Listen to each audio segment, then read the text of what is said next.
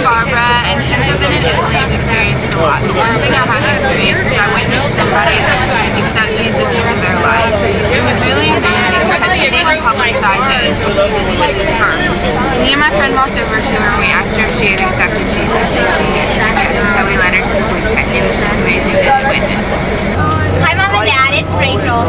Yeah, so one of the main obstacles we had is not being able to talk to the people, but God always makes a way. And right now, I met a little boy in Italy, and he moved to Madrid, but he's here for summer. So I can talk in Spanish to him, and he can talk in Spanish to me, and translate for everybody else. So that's like really nice. Okay. Ready? Yeah. Okay, hi Mom and Dad, it's Rachel. And I just wanted to say that even though we can't like communicate with all the people over here, it's been cool to see how just like body language and just like a simple smile or like hello and the few Italian words I know that it works and it all carries through, and so just loving other people has been awesome, and we are getting through and it's very fun.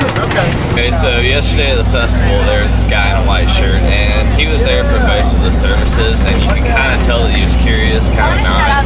You could just like, by looking at him, you could tell that something was going on in his mind. And at the very end of the final one, Chase and I were kind of talking, wondering if he was going to become a Christian or not. Well, he wasn't one of the ones that just straight up raised his hands, but you could see him kind of smile when Will asked if he had. And by seeing that he did, it kind of uplifted my spirit some, and it kind of encouraged me to see how somebody can be influenced by those few little words. Before every festival, I pick someone in the crowd to pray for, and this time I picked an 18-year-old guy who looked like he wasn't exactly, you know, on the right path, should we say. And so I picked him and prayed for him. And after Will had said, raise your hand if you've been saved, and he had raised his hands, and like that just proves that God really does answer prayers. Okay, before I came on this trip, I never knew how to make a balloon animal, and through God's grace and Doug Hill, I learned how to make balloon animals, and it was really fun, and I gave them little kids, and they got really happy, and they were all like, oh, balloon animal, and I was like, I made that. Yeah. Okay, so when we're canvassing for the festivals or whatever, we got to hand out flyers and you like tell them what's on it, and that was really exciting for me because I got to talk to people and use simple words to be able to tell them to come to our festival, and then I saw people at the festival that I invited and I got to talk to them about God. Okay, well before this trip I prayed for patience, and let's just say God answers your prayers, because well I didn't get my luggage till Sunday morning, thankfully that God did supply that, but I needed patience, you know, just to get through those first few days. So not only did God teach me patience, He taught me to trust Him and that He will supply for your needs. And also that I went shopping and I still have my own. This is Bassmaster here. We're in Italy. I'm having a whole lot of fun. God has taught me while I've been here a lot of patience through trying to communicate with the Italians and speaking Italian. I'm having a great time. Okay, well, we have been in Italy for 6 days. And it's been really exciting to see how God's moving and using our choir. And so far, some people have come to know the Lord as their personal Savior. And just like one thing that's been really difficult for us, I think, is the language barrier and being in the hot and out and walking a lot.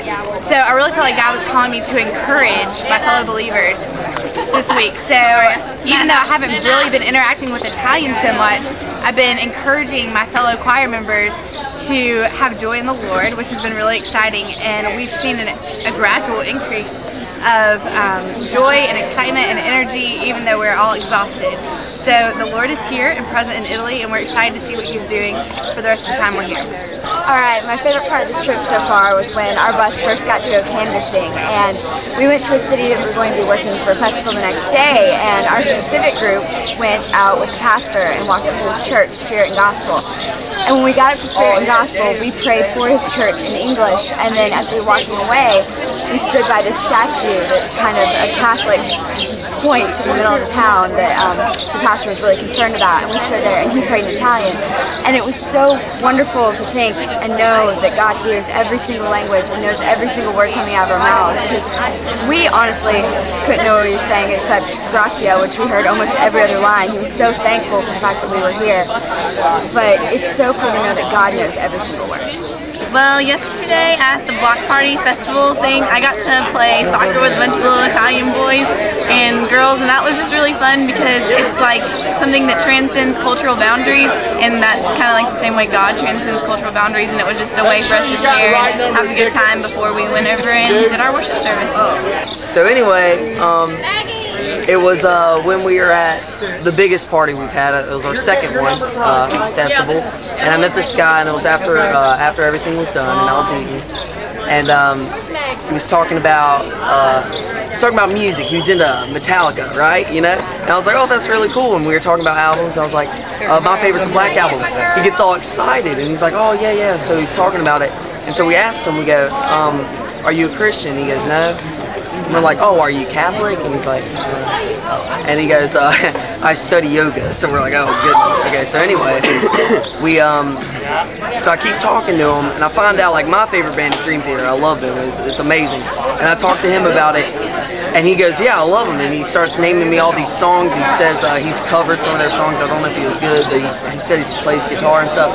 But then I was talking to him, he was saying, oh, you need to come with me and go drink beer and stuff. I was like, what? And I think they're having a celebration. He goes, he goes, we're going out to eat, we're going to dance and party, and then smoke weed. So I was like, oh man, this guy needs help. He's studying yoga like as a religion, and he's smoking weed. So anyway, but me and him bonded like through music, like, and I gave him my email address. I was like, dude, seriously, honestly, man, keep in contact with me. And he told me, he's like, I promise I will. So hopefully, you know, when I get back home, it'll be really cool and I can talk to him and maybe help him and support him.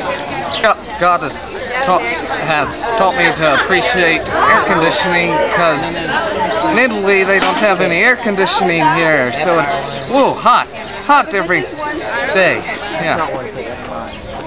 Okay, so there's this little girl, and she was in a wheelchair, and she was handicapped, and she was sitting in a corner with her, I'm assuming it was her grandma and her mom, and she was just sitting there all by herself. So me and Carolyn Miller went up to her. We're like, do you want some candy? And you know, she kind of put her hand in there, and she was just kind of chilled about it. And then I went up to her and just kind of grabbed her hand. I was like, okay, bye. And she got the biggest smile on her face, and that just kind of blessed my day. It was so cute.